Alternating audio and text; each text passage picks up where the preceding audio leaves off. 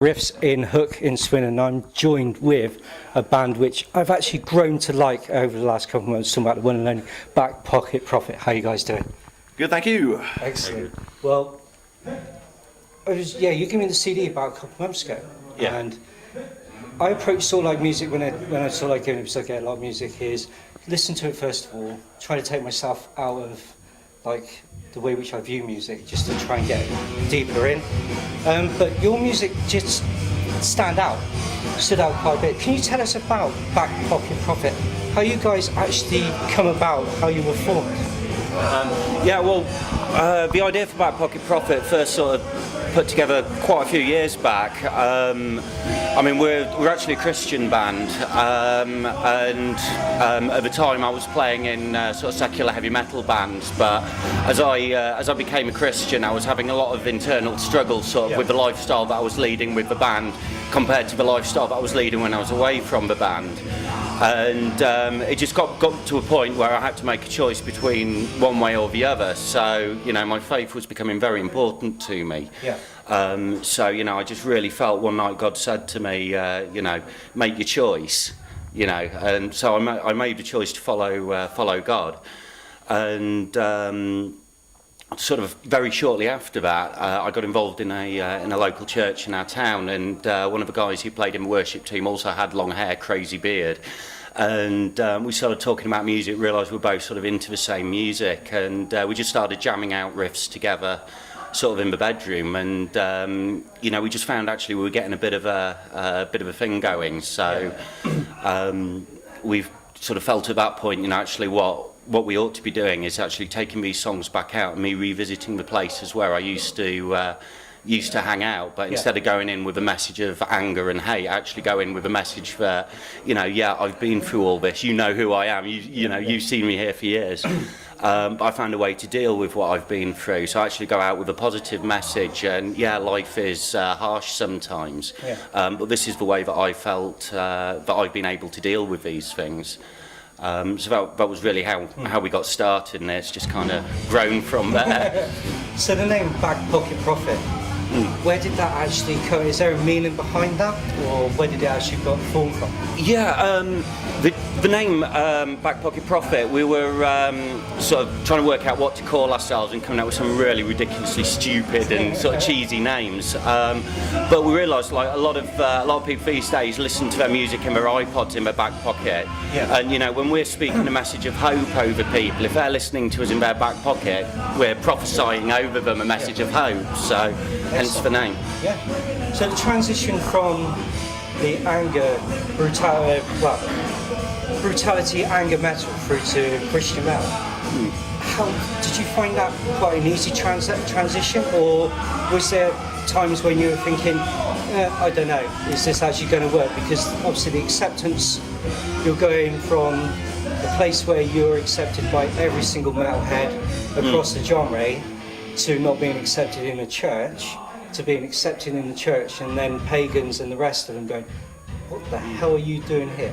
Type thing. So was there that, how did you find that sort of transition? Were you really accepted back into the music industry? I don't think there's no rule about you can't be Christian, you can't be angry. A lot of our stuff, we've got anger in our songs. And there's in the Bible, even Jesus had righteous anger. It's one of those things that actually it's kind of how you come through anger and things like that, and how you actually the journey on who you're becoming, who you're meant to be, sort of thing. I think it's kind of a thing. But the thing is about being a Christian band and playing secular venues is, firstly, you need to be as good as every other band. So you have to put the practice in and stuff like that, and then go from there. And to be honest, half the people can't understand your lyrics at the best of times in venues like this. Especially when you have a guy that can't sing. But it's stuff like that. But then the people that do then question it, and it's quite a good thing. And they see us like, fair enough, we don't drink before we play. We try and conduct ourselves better than say we would normally. And things like that, and just kind of just act not differently, but act like the way we should do, not the way we think we should do. Because I've always kind of think, if I think I'm doing something right, then 90% of the time I'm doing it wrong. You know, it's the conviction of doing something right. And it's one of those things that it's not just a mindset; it's the belief behind what you should be doing. Yeah. And people with a question like that come up to us when we played a gig a long time ago in Scotland. They came up to us and said, "Hang on, you're drinking water in Scotland," you know? And it was just like actually, and then he started questioning because we say on stage a lot of the time we say, "Come and ask us about faith," you know? And that comes some people just like whatever. And some people are actually really interested, and it's cool. So it was interesting for me as writing lyrics. I mean, my old lyrics in old bands were always more kind of horror and fantasy based in a sense, but now it's much more focused. And I have nothing against that, the old lyrics, but these much more mean something now. And I think I can see more conviction because it means something now. So that was interesting at first for me, but getting a hang of it now. Dan's been with us for about the last 3 years, so come on quite a journey. We've all been on a journey with the band. And you know, one thing that we've tried to do is rather than just sort of ram our faith down people's throats, you know, which I hate that personally. You know, we try and tell stories, and it's stories from our lives. So I think one thing that, you know, when people first hear we're a Christian band, it's like, oh, what's that going to be like? But what we actually try and deliver is an honesty. You know, this is who we are. You know, we're just open. There's no masks. There's no persona as such. You know, we are just who we are. This is our life. You know, and we like heavy music, and we want to play it heavy. So in fact, we could think about masks and like a later album or something. No. Like a Christian version of Slipknot. That's something you have managed to keep the brutality genre within as well. Because in the last, I think, 2 to 3 years, there's been quite a raise of Christian bands coming up through, and they've all stuck to like the brutality side of it. And like yourselves, they're not ramming the religion down people's throats. It's their life experiences and their stories which are being told. And yours does all the way through your album as well, from the first song right way through. It is a life experience. So again, it's one of those things, because you get bands that are highly political and they try to ram the political influence down people's throats. And as you guys know, you can walk down Swindon or Oxford Street on a Saturday or Sunday, and you've got the preachers out there preaching to the masses, and it's like you don't want to hear that. You don't want to be forced to actually hear religion. If you're going to list it, it's rather come from someone's story. Because the way which, obviously, I've read the Bible, I've read quite a lot of the Bible, the Quran and stuff like that. And to me, it's a story being told by a storyteller, and loads of people write it. And you perceive how you perceive it. You read between the lines, and then you start to gather, like, this is what these guys are really on about. So, now across the UK, you're obviously you're slowly building up a fan base, but you guys are massive in Europe. Well, we're getting there. We have a lot of fun in Europe. It's always been very kind to us. I think the first time we went to Denmark in 2008, and just had an amazing experience out there. And every time, you know, we just meet some new cool people. We meet old friends, and you know, that's what I love about touring, you know, because you see faces time and time again, and then you meet the new guys, and you know, you get to build friendships. And like this summer we were in Switzerland, and it was the first time we'd been there for a couple of years, and there was people there that we'd known from the last time we were over there, and you know, we're able to sit down and, you know, have some food and just sort of chill out with them. And then we met so many cool new people that we're now sort of emailing in contact with, and I just love meeting people as we you realise how pathetic and wussy all the English people are compared to like, kind of like, we're all like kind of like, we've got to be in bed by 11. We didn't get on stage till 11:30. You know, so it's like, that was kind of thing. And there's no inhibitions over there. They just do it. If they like the sound of it, they all express themselves.